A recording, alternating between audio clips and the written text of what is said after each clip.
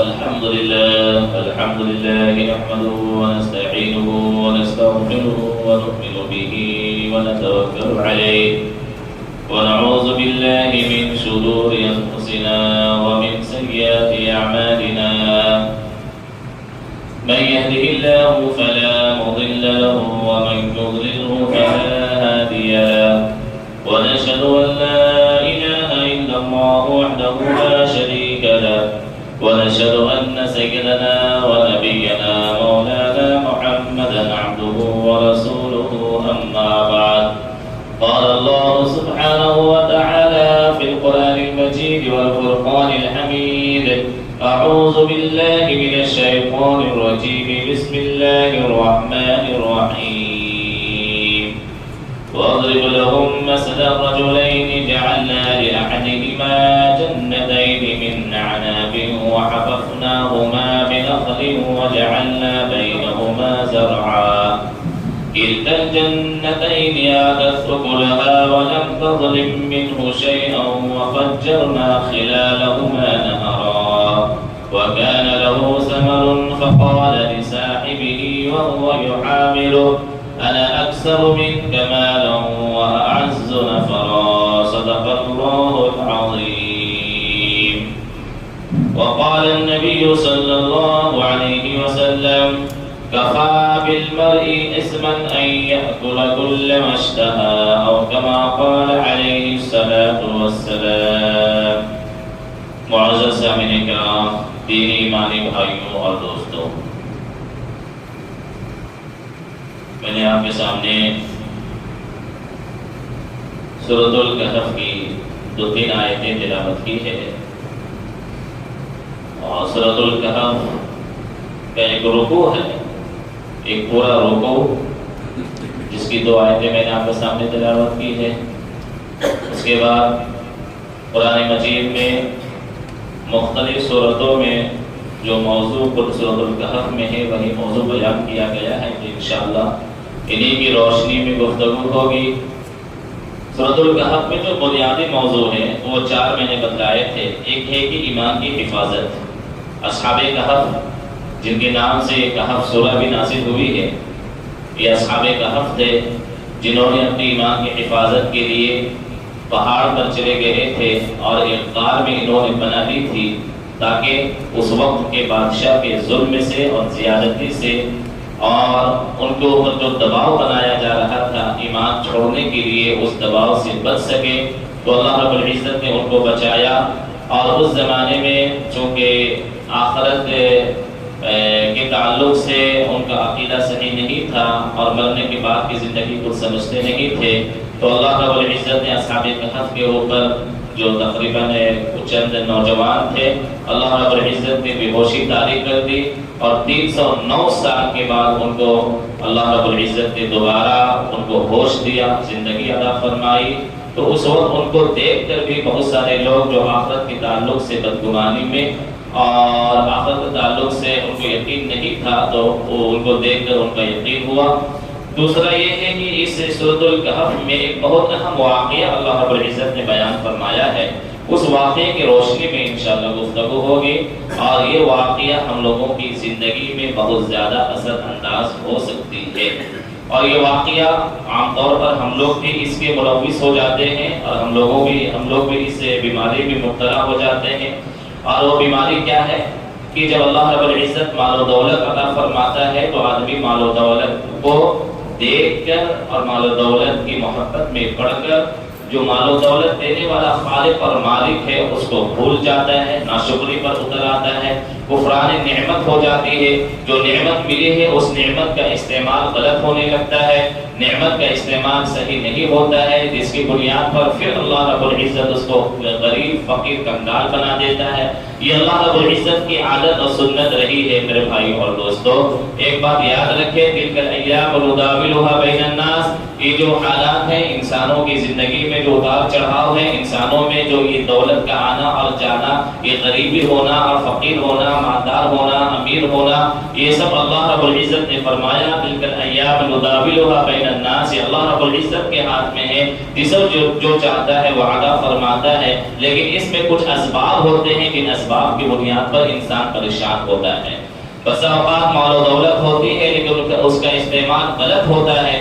فضول خرچی ہوتی ہے، اور استعمال غلط ہونے کی بنیاد پر، فضول خرچی ہونے کی بنیاد پر اللہ رب العزت وہ مال وہ دولت وہ نعمت چھین لیتا ہے۔ پھر انسان بعد میں شکوہ شکایت کرتا ہے، انسان بعد میں توبہ کرتا ہے، انسان بعد میں گریہ وزاری کرتا ہے، روتا ہے، تو پھر اللہ رب العزت یہ چیز قبول نہیں فرماتا ہے۔ تو میرے بھائیو اور دوستو، سورۃ الکہف میں جو اہم واقعہ ہے، ان آیتوں کی روشنی میں انشاءاللہ آپ کے سامنے میں پوری بات رکھوں گا، اور اسی سے ملتا جلتا آپ قارون کا واقعہ بھی بیان کیا جائے گا، اور اسی سے ملتا جلتا قوم سبا کا واقعہ بیان کیا جائے گا۔ قوم سبا جو 22ویں پارے میں اللہ رب العزت نے اس قوم کا تذکرہ فرمایا ہے۔ اللہ رب العزت نے قرآن مجید میں جو 30 پارے ہیں، 30 پاروں میں جو بھی ارشاد فرمایا ہے بالکل وہ ہدایت پر، وہ عملی نسخے پر، اور ہم لوگوں کے لیے کارآمد ہے۔ اور جو بھی اللہ رب العزت نے واقعہ بیان فرمایا ہے، ظاہر سی بات ہے آدم علیہ السلام سے لے کر پیارے آقا صلی اللہ علیہ وسلم تک ہزاروں لاکھوں واقعات ہوئے ہوں گے، ہزاروں لاکھوں حادثات ہوئے ہوں گے، لیکن ان تمام ہزاروں لاکھوں واقعات اور حادثات میں سے چند واقعہ اللہ رب العزت نے قرآن مجید میں ارشاد فرمایا ہے، گویا کہ وہ اہم ہے، گویا کہ اللہ رب العزت نے اس کو اہم سمجھا اور انسانوں کے لیے ہدایت کا ایک سبب سمجھا، اس لیے ان واقعات کو بیان کیا ہے۔ تو دو واقعہ، جو واقعہ دو دوستوں کے درمیان کا ہے، وَضْرِبْ لَهُمْ مَثَلَ الرَّجُلَيْنِ جَعَلْنَا لِأَحَدِهِمَا جَنَّتَيْنِ مِنْ أَعْنَابٍ وَحَفَفْنَاهُمَا بِنَخْلٍ وَجَعَلْنَا بَيْنَهُمَا زَرْعًا۔ اللہ رب العزت نے خود اللہ کے رسول صلی اللہ علیہ وسلم نے ارشاد فرمایا کہ وَضْرِبْ لَهُمْ مَثَلَ الرَّجُلَيْنِ، اے میرے محبوب، اے میرے پیارے، آپ ان لوگوں کے سامنے ان دو ساتھیوں کا واقعہ بیان کر دیجیے۔ اللہ کے رسول سے فرمایا جا رہا ہے کہ اے میرے محبوب، میرے پیارے نبی صلی اللہ علیہ وسلم، آپ ان لوگوں کے سامنے، کن کے سامنے؟ اہل مکہ کے سامنے، جو اس وقت کفار قریش تھے، ان کے سامنے آپ کیا کیجئے، ان دو ساتھیوں کا واقعہ، جو دو دوست تھے ان کا واقعہ بیان کر دیجئے۔ واقعہ کا خلاصہ آپ سمجھ لیں میرے بھائی اور دوستو، دو دوست تھے، ایک اللہ پر ایمان رکھتا تھا۔ اب اس زمانے کی بات ہے، اس کے بارے میں مفسرین میں اختلاف ہے، لیکن یہ واقعہ ہوا، چاہے بنی اسرائیل میں ہو یا کسی نبی کے زمانے میں ہو، تو یہ واقعہ ہوا کہ دو دوست تھے، ایک اللہ پر ایمان رکھتا تھا، توحید کا قائل تھا، مرنے کے بعد کی زندگی پر عقیدہ اور یقین رکھتا تھا، تو اس کے پاس مال و دولت کی کثرت نہیں تھی، مال و دولت کے اعتبار سے وہ تھوڑا کمزور تھا۔ اور جو دوسرا دوست تھا، جو اللہ پر ایمان نہیں رکھتا تھا، آخرت پر یقین نہیں رکھتا تھا، اور اللہ رب العزت نے اس کو بڑے مال و دولت سے نوازا تھا، نوازا اس طور پر تھا کہ اس کے دو باغ تھے انگور کے دو باغ، بڑے بڑے باغ تھے، اور انگور کے باغوں کے چاروں طرف جو ہے دیوار کی طرح کھجور کے باغات، کھجور کے درخت لگے ہوئے تھے، گویا کہ انگور کے باغوں کا دیوار ہے یہ کھجور کے درخت، اللہ رب العزت نے حفاظت فرمائی تھی۔ نیچے سے دونوں باغ کی بیچوں بیچ اللہ رب العزت نے نہر جاری فرمائی تھی۔ ظاہر سی بات ہے، جب دو باغ ہو، انگور کا باغ ہو، کھجور کے درخت ہو، اور بیچوں بیچ سے نہر جاری ہو، چشمہ جاری ہو، پانی بہ رہا ہو، تو کتنا خوبصورت منظر رہتا ہوگا، اور ان باغوں کو کتنی سیرابی حاصل ہوتی ہوگی، کتنا پانی ملتا ہوگا، اور اس سے کتنا پھل آتا ہوگا۔ یہی صرف نہیں ہے، اور تو اللہ رب العزت نے ان باغوں کے درمیان میں نہر کے ارد گرد میں کھجور کے علاوہ، انگور کے علاوہ مختلف سبزیوں کے پودے اور مختلف سبزیوں کے اللہ رب العزت نے درخت اگا دیے تھے، جو آدمی پھل بھی کھاتا تھا، میوے بھی حاصل کرتا تھا، اور سبزیوں سے بھی فائدہ اٹھاتا تھا۔ وَكَانَ لَهُ ثَمَرٌ فَقَالَ لِصَاحِبِهِ وَهُوَ يُحَاوِرُ أَنْ أَكْثَرُ مِنكَ مَالًا وَأَعَزُّ نَفَرًا۔ میرے بھائیوں اور دوستوں، جب یہ مال و دولت آتی ہے تو اکثر و بیشتر انسانوں کے دل میں تھوڑی سی کوئی انا آ جاتی ہے، تکبر آ جاتا ہے، کھٹائی آ جاتی ہے، تھوڑے سے آئی ایم سم تھنگ والا ایک تصور آ جاتا ہے۔ اس آدمی کے اندر بھی آیا، اور وہ کہنے لگا ایک مرتبہ بات کرتے ہوئے، چونکہ ایمان والا تھا تو ایمان والا اس کو نصیحت کرتا کرتا تھا. دوست ہونے کی بنیاد پر دوست دوسرے دوست کا خیر خواہ ہوتا ہے اور ہم لوگوں کو بھی خیر خواہ ہونا چاہیے. اگر میرا کوئی دوست ہے اور غلط راستے پر ہے, اگر وہ غلط کام کر رہا ہے تو ہم چپ نہ رہیں بلکہ اپنے دوست کو سمجھائیں کہ بھائی تمہارا یہ کام غلط ہے, تمہارا یہ نظریہ غلط ہے, تمہارا یہ رویہ غلط ہے, اس لیے غلط تم کر رہے ہو اس لیے کہ آئندہ تمہیں نقصان نہ ہو جائے. اگر دنیا میں بچ بھی گئے لیکن آخرت میں تمہیں بہت بڑا نقصان ہو جائے گا. ہر ایک جو صحیح دوست ہوتا ہے, جو بالکل وفادار دوست ہوتا ہے, دوسرے دوست کی وفاداری اور خیر خواہی کرنی چاہیے. تو وہ جو ایمان والا دوست تھا اس نے ایک مرتبہ نصیحت کرتے ہوئے, ہمیشہ نصیحت کرتا تھا تو اس کو نصیحت کرتا تھا, دیکھو اپنے مال و دولت پر اتراؤ مت, دیکھو جو کچھ ملا ہے اللہ نے تمہیں عطا فرمایا ہے, اللہ پر ایمان لاؤ, یقین لاؤ اور آخرت کی تیاری پہ لگ جاؤ. تو وہ دوست جو دوسرا دوست تھا جس کے پاس مال تھے, جس کے پاس دولت تھی, جس کے پاس وہ باغات تھے, وہ کہنے لگا وَيُحَاوِرُهُ أَنَا أَكْثَرُ مِنْكَ مَالًا وَأَعَزُّ نَفَرًا, کہ میں تم سے زیادہ مالدار ہوں اور میرے جتھے تم سے زیادہ ہے, میرا گروہ تم سے بڑا ہے, میری جماعت تم سے بڑی ہے, میرے پاس مال و دولت کی بہتات ہے, تم مجھے کیا نصیحت کرنے کے لیے آئے ہو؟ اپنا روزی روٹی کا جو ہے بندوبست کر لو, اپنا راستہ دیکھو, خود تو کنگال بنے ہوئے ہو اور مجھے آئے نصیحت کرنے کے لیے اور مجھے آئے ایڈوائز اور دینے کے لیے. میرے بھائیوں اور دوستو, ایک بہت خطرناک ہی جملہ اس آدمی کے دل سے نکلا, لیکن وہ آدمی سمجھاتا تھا لولا دخلت قلت ما شاء الله لا قوة الا بالله ان ضرني انا اقل منك مالا. تو آدمی کہتا تھا کہ ایسا کیوں نہیں کرتے ہو کہ جب تم باغ میں جاتے ہو تو باغ کو دیکھ کر اللہ کو یاد کر لو, کہہ دو ما شاء اللہ لا قوة الا باللہ, کہ جب تمہیں کوئی نعمت ملی ہے اس نعمت پر اللہ کا شکر ادا کرو اور ما شاء اللہ بولو, لا قوة الا باللہ بولو, الحمدللہ بولو, تاکہ نعمت ملنے پر تم اللہ کا نام لوگے, ما شاء اللہ بولو گے, لا قوة الا باللہ بولو گے تو اللہ کے تعریف اور حمد تمہارے دل و دماغ میں بسے گی اور تمہارے اندر اللہ کا احسان شکر ادا کرنے کا جذبہ پیدا ہوگا. تو آدمی انکار کرتا تھا اور کہتا تھا کہ مجھے کچھ ہونے والا نہیں ہے. وقال ما اظن ولئن رددت الى ربي لاجدن خيرا منها منقلبا وما اظن ان تبيد هذه ابدا. ارے میرا گمان تو یہ ہے, میرا خیال تو یہ ہے کہ میرے جو باغات ہیں اور میرا بھی درخت ہے اور میرے جو درخت ہیں, میرے جو باغات ہیں کبھی ختم ہونے والے نہیں ہیں,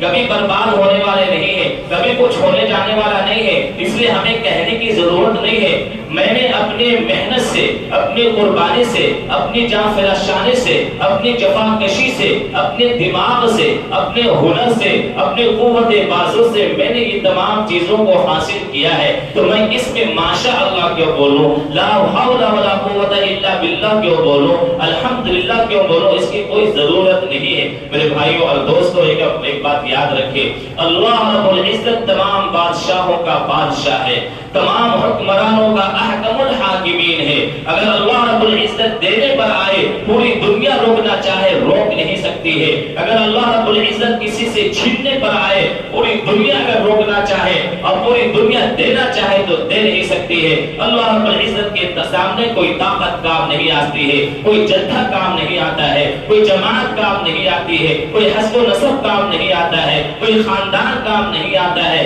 انسان کا کچھ بھی کوئی کام نہیں آتا ہے. ہوا یوں کہ اللہ رب العزت نے ایک دن وَأُحِيطَ بِثَمَرِهِ فَأَصْبَحَ يُقَلِّبُ كَفَّيْهِ عَلَى مَا أَنفَقَ فِيهَا وَهِيَ خَاوِيَةٌ عَلَى عُرُوشِهَا وَيَقُولُ يَا لَيْتَنِي لَمْ أُشْرِكْ بِرَبِّي أَحَدًا. ایک مرتبہ اچانک وہ اپنے باغ میں گیا اور دیکھتا کیا ہے کہ باغ کی جگہ میں پورا چٹیل میدان ہو گیا ہے, سنگلاخ وادیوں کی طرح ہو گیا ہے. نہ یہاں کوئی انار کا درخت تھا, نہ کوئی کھجور کا درخت تھا, نہ کوئی انگور کا درخت تھا, سیدھا سیدھا اور نہر بھی ختم تھی, بالکل چٹیل میدان جو بیابان ہوتا ہے ویسا ہی ہو گیا تھا. وہ آدمی کافی افسوس کرنے لگا, افسوس کرنے لگا, رونے لگا اور ہائے افسوس کرنے لگا اور کہنے لگا یقول یا لیتنی لم اشرک بربی احدا, کاش کہ اپنے دوست کی بات میں مان لیتا، کاش کہ اللہ پر یقین کر لیتا، کاش کہ اللہ کے ساتھ کسی کو شریک نہ کرتا، تو آج میرا یہ حشر نہ ہوا ہوتا۔ فما کان له من فئۃ ینصرونہ من دون اللہ۔ اللہ رب العزت نے آگے ارشاد فرمایا کہ جب اس کے ساتھ یہ حادثہ پیش آیا، جب اس کا باغ ختم ہوا، جب اس کے درخت ختم ہوئے، تو اس کا جتھا کام نہیں آیا، اس کی جماعت کام نہیں آئی، اس کا گروپ کام نہیں آیا، اس کا یہ خاندان کام نہیں آیا۔ اللہ رب العزت جب کسی کو برباد کرنا چاہتا ہے تو پھر اس بربادی کے سامنے کوئی طاقت کام نہیں آتی ہے۔ میرے بھائیوں اور دوستوں، اس واقعے کو بیان کرنے کے بعد اکثر مفسرین اور محدثین نے ایک نقطہ نکالا ہے، وہ نقطہ اپنے ذہن اور دماغ میں رکھے اور اسی نقطے کی بنیاد پر زندگی گزارے۔ جب بھی کوئی نعمت ملے اس نعمت کا صحیح استعمال کرے، اس نعمت میں فضول خرچی نہ کرے اور اس نعمت کو اللہ رب العزت کے ساتھ میں جوڑے کا مطلب یہ ہے کہ اللہ کا نام لے، نعمت ملنے پر ماشاء اللہ کہنا چاہیے، نعمت ملنے پر الحمدللہ کہنا چاہیے، نعمت ملنے پر لا حول ولا قوت الا باللہ کہنا چاہیے، تاکہ انسان کے دل سے یہ ہم والی صفت نکل جائے، میں والی صفت نکل جائے۔ جب ماشاء اللہ، لا حول ولا قوت الا باللہ، الحمدللہ انسان کی زبان سے نعمت کو دیکھنے کے بعد یہ نکلتا ہے تو انسان کے دل کے اندر یہ بات آتی ہے کہ دولت تو اللہ رب العزت نے دی ہے، یہ نعمت تو اللہ رب العزت نے دی ہے۔ پھر استعمال انسان صحیح طور پر کرتا ہے، فضول خرچی نہیں کرتا ہے۔ جو آدمی فضول خرچی کیا، اگر نعمت کا غلط استعمال کیا، یہاں وہاں استعمال کیا، اللہ کے حکم کے خلاف استعمال کیا، رسول اللہ کی سنت اور شریعت کے خلاف استعمال کیا، تو میرے بھائیوں اور دوستوں، اس واقعے کی روشنی میں ایک دن وہ آئے گا جب یہ انسان کفے افسوس ملے گا، افسوس کرے گا، ہائے ہائے کرے گا، اسے پھر دینے والا کوئی نہیں رہے گا، اس کو عزت بے عزتی سے نکالنے والا کوئی نہیں رہے گا۔ میرے بھائیوں اور دوستوں، ایک دوسرا واقعہ اللہ رب العزت نے سورۃ القصص سے اور 20ویں پارے میں ارشاد فرمایا ہے۔ سورۃ القصص 20ویں پارے میں یہ قارون کا واقعہ بیان فرمایا ہے۔ قارون ایک دولت مند انسان تھا موسیٰ علیہ السلام کے زمانے میں، جس کا نام شاید کہ کوئی نہ جانتا ہو، ہر آدمی جانتا ہے جس کا نام قارون کا نام، کتنا بڑا دولت مند تھا۔ اللہ رب العزت نے دولت عطا فرمائی تھی، اتنی دولت تھی کہ بڑے بڑے پہلوان اس کے خزانے کی چابیاں اٹھا نہیں سکتے تھے۔ اب بتائیے، اندازہ کیجیے، بڑے بڑے پہلوان، طاقت، اولی القوہ، اولی العصبہ، اللہ رب العزت نے فرمایا، اللہ رب العزت نے فرمایا کہ ان مفاتیح لتنوء بالعصبۃ اولی القوہ، ایک بڑی جماعت جو پہلوانوں کی تھی، اس کے خزانے کی چابیاں اٹھانے میں ان کو تھکان اور دقت محسوس ہوتی تھی، تو اس کی دولت کا اندازہ آپ کر سکتے ہیں۔ موسیٰ علیہ السلام نے فرمایا وَلَا تَنْسَ نَصِيبَكَ مِنَ الدُّنْيَا وَأَحْسِنْ كَمَا أَحْسَنَ اللَّهُ إِلَيْكَ وَلَا تَبْغِ الْفَسَادَ فِي الْأَرْضِ إِنَّ اللَّهَ لَا يُحِبُّ الْمُفْسِدِينَ۔ موسیٰ علیہ السلام نے اس کو سمجھایا کہ قارون دیکھو، اللہ نے تمہارے ساتھ احسان کیا ہے کہ تمہیں دولت عطا فرمائی ہے، تم بھی اللہ کے ساتھ اچھا معاملہ کرو۔ اللہ کے ساتھ اچھا معاملہ کرنے کا مطلب یہ ہے کہ سب سے پہلا کام اللہ پر ایمان لاؤ، دوسرا کام تو جو دولت کی نمائش کرتے ہو، اس دولت کی نمائش کو تم چھوڑ دو اور لوگوں کے ساتھ اچھا سلوک کرو۔ وَلَا تَنْسَ نَصِيبَكَ مِنَ الدُّنْيَا، اور دیکھو دنیا میں جو حصہ ہے وہ تو لو، وَابْتَغِ فِيمَا آتَاكَ اللَّهُ دَارَ الْآخِرَةَ، اور اس کو اللہ کے خاطر غریبوں، مسکینوں، محتاجوں، ضرورت مندوں میں خرچ کرو، یعنی آخرت بھی بناؤ اور دنیا بھی بناؤ۔ تو قارون کیا کہنے لگا؟ قال انما اوتیته على علم عندي۔ قرآن مجید بالکل صاف صاف اعلان کر رہا ہے، اور یوں واقعہ اللہ رب العزت فالتو بے فضول کا بیان نہیں کرتا ہے، ہم لوگوں کے لیے بیان کیا جا رہا ہے، تاکہ اگر ہمارے اندر کوئی خراب صفت ہو، کوئی خامی ہو تو اس کو نکال کر پھینکنے کی کوشش کرے۔ قارون نے کہا انما اوتیته على علم عندي، اتنی جو دولت تم دیکھ رہے ہو، یہ جو تم نعمت دیکھ رہے ہو، یہ مال و دولت کی بہتات دیکھ رہے ہو، میں نے اپنے قوت بازو سے کمائے ہیں، اپنا دماغ لگایا ہے، اپنا علم استعمال کیا ہے، اپنا ہنر استعمال کیا ہے۔ جب اس دولت کو حاصل کرنے میں قوت میری، طاقت میری، بازو میرا، علم میرا، ہنر میرا، دماغ میرا، تو پھر ہم اللہ کے راستے میں خرچ کیوں کریں گے؟ جو میرا من کرے گا، جہاں پر من کرے گا، جو میرا جی چاہے گا وہی استعمال میں اس دولت کو کروں گا۔ میرے بھائیوں اور دوستو، اللہ رب العزت کو بڑی بور پسند نہیں ہے۔ انسان کی طرح رہے، وہ بہت بڑا اللہ کے درجے اور مقام تک پہنچنے کی کوشش نہ کرے۔ ہوا کیا؟ ایک مرتبہ دولت کو وہ نمائش کرنے کے لیے پوری قوم کو اکٹھا کیا ایک بہت بڑے میدان میں، تاکہ اس کے پاس جو دولت و نعمت ہے اس کو دکھلائے قوم کو۔ ساری کی ساری قوم اکٹھا ہوئی ایک بڑے میدان میں، سارے لوگ جمع ہو گئے، اور قارون وہ ایک سونے سے، ہیرے سے، چاندیوں سے لدا ہوا ایک پوشاک پہنا، اس کے سر کے اوپر سونا چاندی، اس کے پیروں میں سونا چاندی، یہاں تک کہ جس سواری پر بیٹھا تھا اس سواری کو سونے اور چاندی اور ہیرے جوہرات سے اس کو مالا مال لدا دیا تھا، سجا دیا تھا۔ اور وہ جو نکلا تو اس کے پیچھے کئی سواریاں تھی، جن سواریوں میں اس کے ہیرے جوہرات سونے چاندی لدے ہوئے تھے، اس کے ساتھ بھی اس کے وزراء تھے، اس کے سپاہی تھے جو سونے اور چاندی اور جوہرات سے لدے ہوئے تھے، تاکہ پوری قوم دیکھے اور اس کا نام لے اور آہ آہ کرے اور رشک کرے اور رشک کی نگاہ سے قارون کو دیکھے۔ جب وہ نکلا فخرج فی قومہ فی زینتہ فخرج علی قومہ فی زینتہ،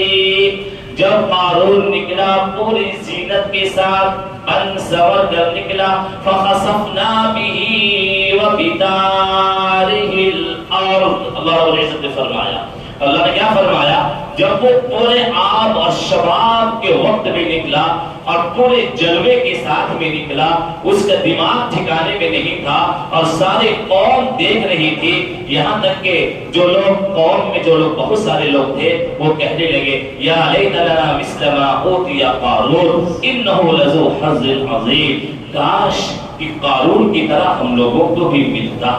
کاش قارون کی طرح ہم لوگوں کی بھی دولت ملتی، انہ لذو حظ عظیم، یہ تو بڑا قسمت والا ہے، یہ تو بڑا قسمت والا ہے۔ کتنی بڑی قسمت اس نے لے کر آئی ہے، کتنا بڑا قسمت والا ہے۔ عش کر رہی تھی پوری قوم، لیکن علم والے وہاں موجود تھے۔ اہل علم نے کہا، اہل علم تم چونکہ جانتے ہیں کہ نعمت کا استعمال صحیح کہاں ہونا چاہیے اور کہاں پر نہیں ہونا چاہیے، اہل علم جانتے ہیں کہ اللہ رب العزت نے لوگوں کے لیے، ایمان والوں کے لیے دنیا میں کچھ نعمت دی ہے، اور باقی جو نعمتوں کا خزانہ وہ آخرت میں ہے، اس لیے دنیا میں کسی کو دیکھ کر آدمی کو زیادہ رشک نہیں کرنا چاہیے۔ اہل علم نے کہا وقال الذين اوتوا العلم ويلكم ثواب الله خير لمن آمن وعمل صالحا ولا يلقاها الا الصابرون۔ اہل علم نے کہا ویلکم، تمہاری ہلاکت، بربادی، لعنت ہو تم پر۔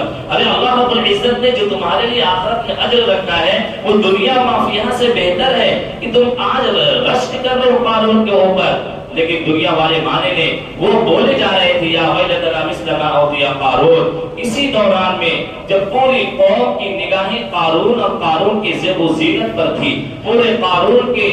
خزانے پر تھی، اور شباب کا وقت تھا، بالکل ساری قوم کی نگاہیں قارون کے خزانے پر تھی، اور قارون بالکل ایک دم آب و تاب کے ساتھ جلوہ افروز تھا۔ فخسفنا به وبدارہ الارض، اللہ رب العزت نے قارون کو اس کے مال و دولت، اس کے اونٹ اور ہیرے جوہرات، کنجیاں، سارے خزانوں کے ساتھ بھی زمین میں دھنسا دیا، زمین میں دھنسا دیا، عین وقت میں زمین میں دھنس گیا قارون۔ یہ کوئی قصہ کہانی افسانہ نہیں ہے، قرآن مجید کا واقعہ ہے۔ اگر کہیں قصہ کہانی افسانہ ہوتا تو ہم لوگ بھی شک کر سکتے تھے ایسا ہو سکتا ہے، لیکن چونکہ قرآن مجید میں ہے تو ظاہر سی بات ہے قرآن مجید کا ایک جملہ کیا، ایک رکوع کیا، ایک ایک حرف، ایک ایک زبر زیر بالکل حق اور سچ ہے۔ قرآن مجید کا ایک ایک زبر زیر حق اور سچ ہے۔ ہم لوگوں کا ایمان اور عقیدہ اور یقین ہے کہ اللہ نے جو کچھ فرمایا ہے وہ حق اور سچ ہے۔ اب کیا ہوا؟ اب پورا دھنسنے لگا، جو لوگ تمنا کر رہے تھے کہنے لگے وَيْكَأَنَّ اللَّهَ يَبْسُطُ الرِّزْقَ لِمَن يَشَاءُ مِنْ عِبَادِهِ لَوْلَا أَمَّنَّ اللَّهُ لَخَسَفَ بِنَا